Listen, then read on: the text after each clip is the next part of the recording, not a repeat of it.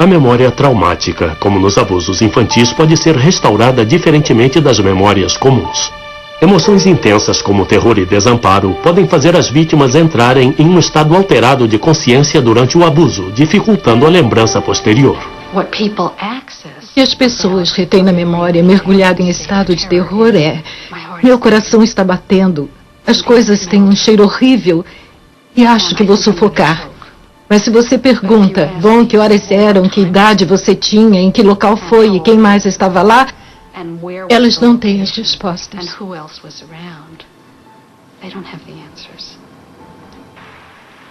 O trauma também pode causar muitas lembranças. O coronel George Williams, um veterano do Vietnã, tem disfunção de estresse pós-traumática. Ele foi assombrado por lembranças indesejáveis de combate e morte durante quase 30 anos. Se você não teve a mesma experiência, é difícil explicar como é ter essas lembranças.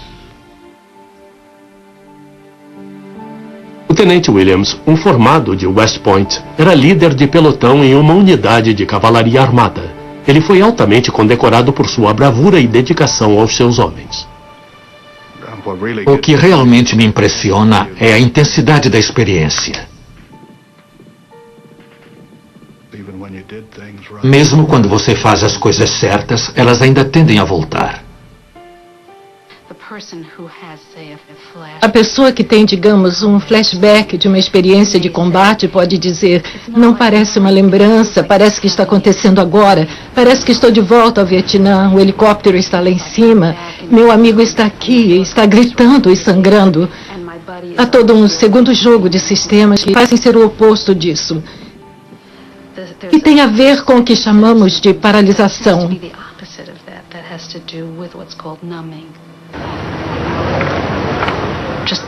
Apenas os sons normais dos ruídos do trânsito trarão lembranças intrusas.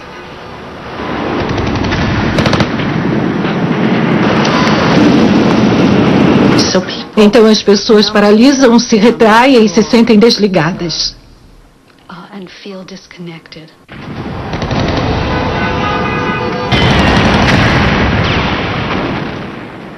Durante situações ameaçadoras à vida, como combate, os hormônios ligados ao estresse podem fortalecer as lembranças dos fatos, tornando-os fáceis de serem disparados e difíceis de serem esquecidos. Eu era oficial no bunker de comando e um dos meus colegas que me substituiu, o Dave, saiu. Eu o encorajei a fazer isso, porque quanto mais você conhece a topografia e o terreno, melhor serviço pode fazer. Ele andou uns 6 metros e pisou no que parecia ser uma mina antitanque que o partiu em 2. 2 outros soldados foram correndo tentar ajudá-lo e pisaram em minas. Ficamos com corpos mortos e ensanguentados e partes de corpos espalhadas em um local que devíamos ajudar.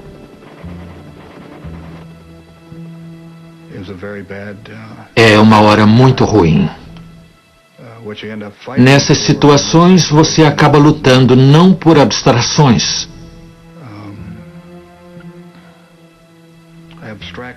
Você está lutando para não deixar as pessoas a seu lado tombarem. Você está lutando para manter os outros vivos.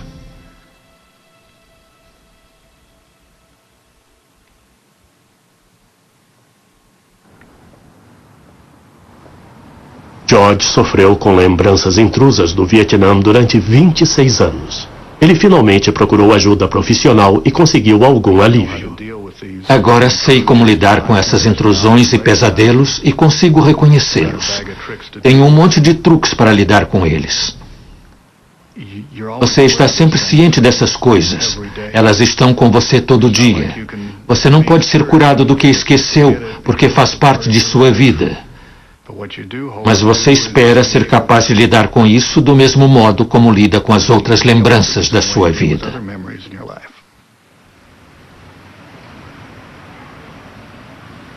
Experiências emocionais dramáticas formam as nossas lembranças mais fortes. Somos uma nação.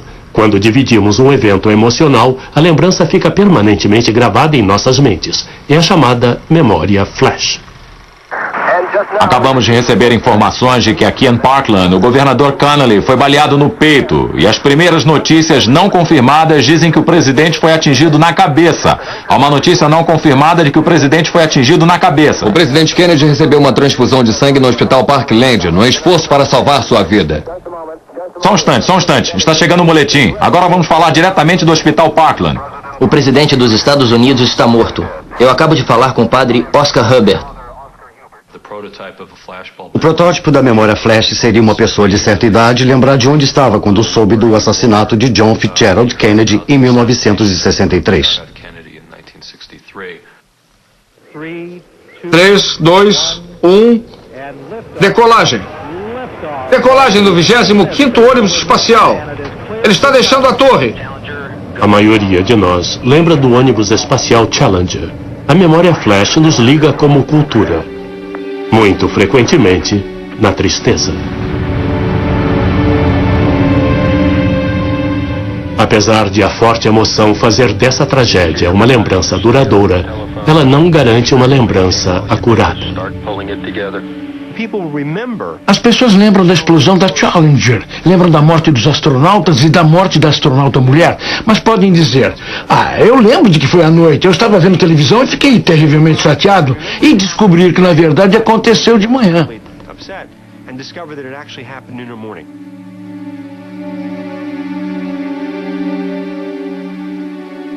Você é capaz de lembrar da essência, e isso é verdade na memória em geral. A memória das pessoas para a essência das coisas geralmente é acurada. A memória das pessoas para as coisas específicas é sempre horrível e às vezes totalmente inventada.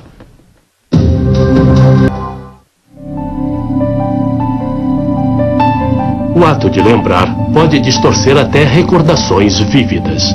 As emoções que sentimos ao lembrar de um fato podem remodelar a lembrança, mudá-la levemente. E se partes da lembrança se tornam obscuras, nossas mentes irão compor os detalhes que faltam.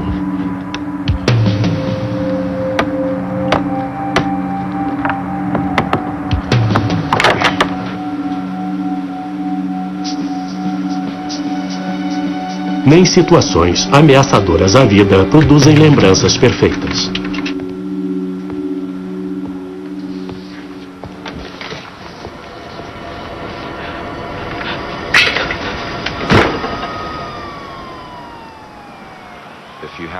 Se você tem uma pessoa que aponta para o réu e diz, esse é o homem que me atacou, essa é uma acusação muito forte.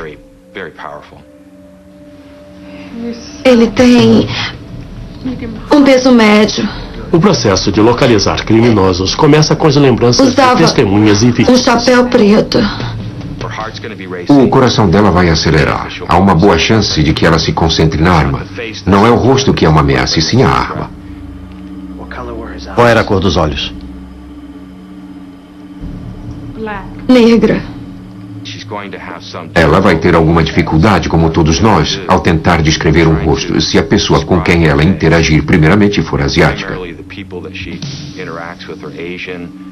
Eu realmente não lembro. Então ela pode ter algumas dificuldades depois ao tentar identificar a caucasiana, porque o cruzamento de raças é um grande problema de identificação.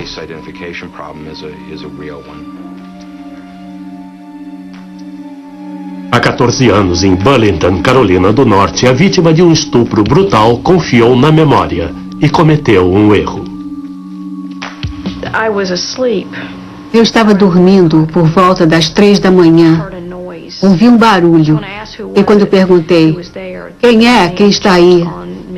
Um homem pulou sobre mim, segurou meus braços ao lado da minha cabeça e botou uma faca na minha garganta. Aí ele olhou para mim e disse, eu não quero seu dinheiro. Eu ainda não tinha atinado para o motivo dele estar ali. Mas quando ele puxou o lençol e tirou a minha calcinha, eu vi que ele ia me estuprar. Eu não queria olhá-lo na cara, mas pensei, você não pode fazer isso. Mas eu tinha que saber quem era essa pessoa, porque era muito importante para mim. E comecei a bolar um plano que provavelmente era o único meio de salvar minha sanidade. Porque aí eu podia me livrar do que ele fez na época. Eu tentei me concentrar nos detalhes do cabelo dele, das cicatrizes, tatuagens, anéis, joias. Jennifer tentou desesperadamente lembrar de detalhes que pudessem ajudar a polícia a achar o estuprador, e fez uma descrição cuidadosa. Um esboço distribuído na comunidade levou a polícia a Ronald Cotton, que batia com a descrição e já era fichado. Jennifer identificou facilmente Cotton como seu atacante através de fotos, e aí veio o alinhamento físico.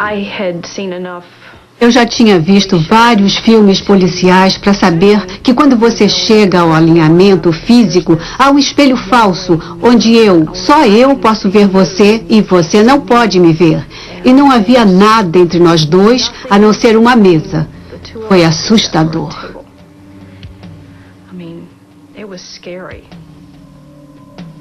Jennifer tinha revivido o ataque incontáveis vezes na memória. Ela jamais poderia esquecer aquele rosto. Olha ele aí.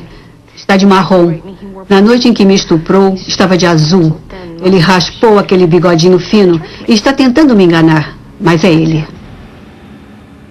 O testemunho confiante de Jennifer no tribunal ajudou a condenar Ronald Cotton por estupro em primeiro grau. Ele recebeu a pena de morte. Não, eu disse, não pode ser verdade. Eu pensava, sabe, isso é um grande engano. Eu queria que eles dissem que eu não tinha cometido crime algum. Eu não devia morrer assim, mas não havia nada que eu pudesse fazer.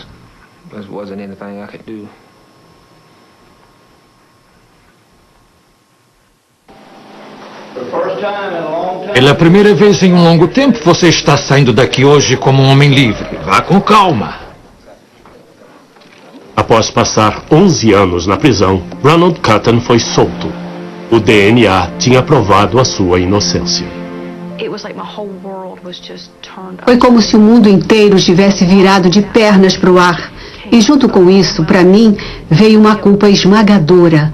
E a vergonha que eu senti pela responsabilidade, pelo engano, pelo julgamento, por tirar parte da vida dele.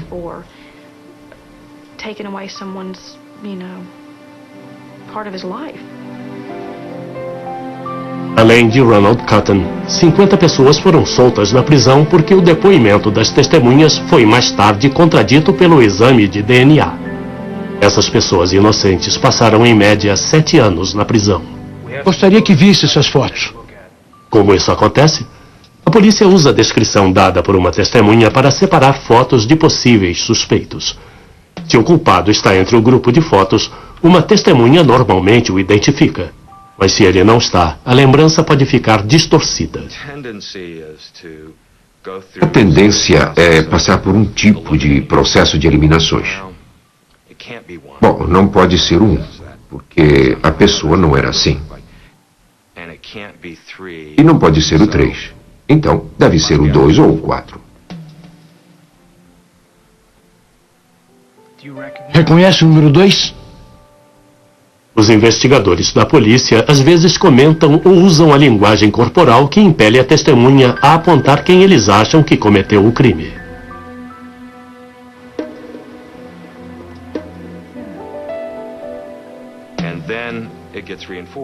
E aí fica reforçado. É o número 2. O número 2 é o suspeito. O número 2 é a pessoa que estava a apenas 2 quadras da cena do crime. O número 2 já era fichado. Ou inúmeras coisas que a testemunha possa ter contado naquele ponto. E quando a testemunha senta lá e absorve isso, acaba sendo convencida.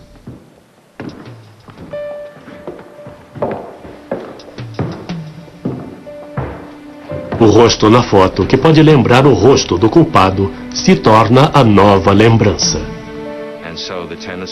Então a tendência é simplesmente usar a lembrança da foto. Essa foi uma experiência mais recente. Nesse ponto você provavelmente pode lembrar como era a pessoa na foto melhor do que lembra de como era a pessoa da real cena do crime.